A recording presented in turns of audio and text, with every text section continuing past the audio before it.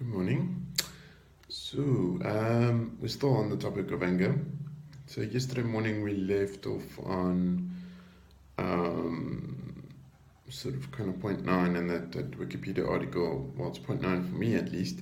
While most of those who experience anger explain it as arousal, it's arousal as a result of what has happened to him. Psychologists point out that an angry person can very well be mistaken because anger causes a loss in self-monitoring capacity and objective observability. Okay, that point I kind of touched on yesterday. So I'm kind of want to move on to the next point.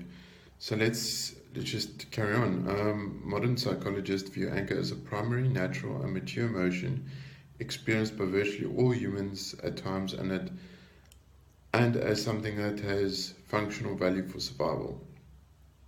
But basically, what that is saying is anger is a mechanism to help you survive. So it's something that helps you cope in your environment, it helps you survive.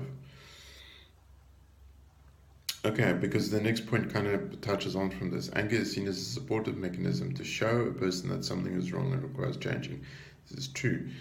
I mean, your anger towards someone, for instance, in an argument, is as a result of something that is not right, usually. When you have a disagreement with a family member, or if someone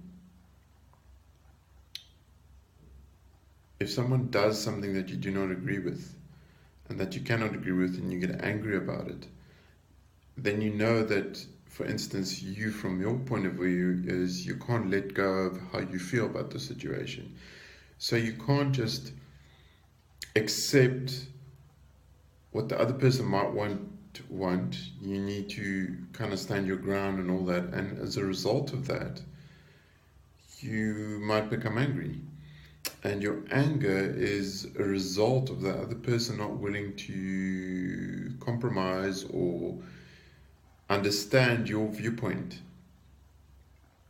And as a result of that, you need them to change, or you need to change, but either way, something has to change. So that results in anger. I mean, I can speak from personal experience where I've had arguments with a family member as a result of something that they didn't like, but then I realized that something that I couldn't agree with. Just because they didn't like what was going on, it doesn't mean I have to agree with their dislike.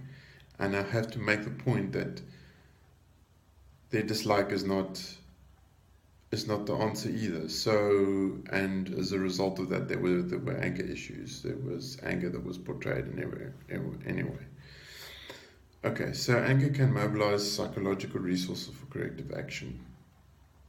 Uncontrolled anger can, however, negatively affect personal social well-being and impact negatively on those around them. I mean, I can understand that. If you're in a family situation where people are fighting between each other, let's say spouses are fighting between each other, that's not a very good environment for kids to be in. For constant bickering, constant fighting, constant anger, it's really not an environment or a place that's conducive to good growth, good solid foundation for family. So I totally agree with that. It is equally challenging to be around an angry person, and the impact can also cause psychological, emotional trauma if not dealt with. I can understand that. You do not want to be around angry people, or people who are angry all a lot. It's not good. While many philosophers and writers have warned against the spontaneous and uncontrolled fits of anger, there has been disagreement over the intrinsic value of anger. The issue of dealing with anger has been written about since the times of the earliest philosophers. But modern psychologists, in contrast to earlier writers, have also pointed out the possible harmful effects of suppressed anger. Displays of anger can be used as a manipulation strategy for social influence. Just to touch on that point of suppressed anger, again, that's touching on the suppression of emotions. So suppressing your anger is really not a good thing. I mean, if you're angry, let the anger come out, but you have to also try and not impact others in a negative way. I mean, you shouldn't let your anger boil over to such an extent that it has a negative impact on others. But what you should also not do is you should not let the anger build up, because that's not a healthy thing.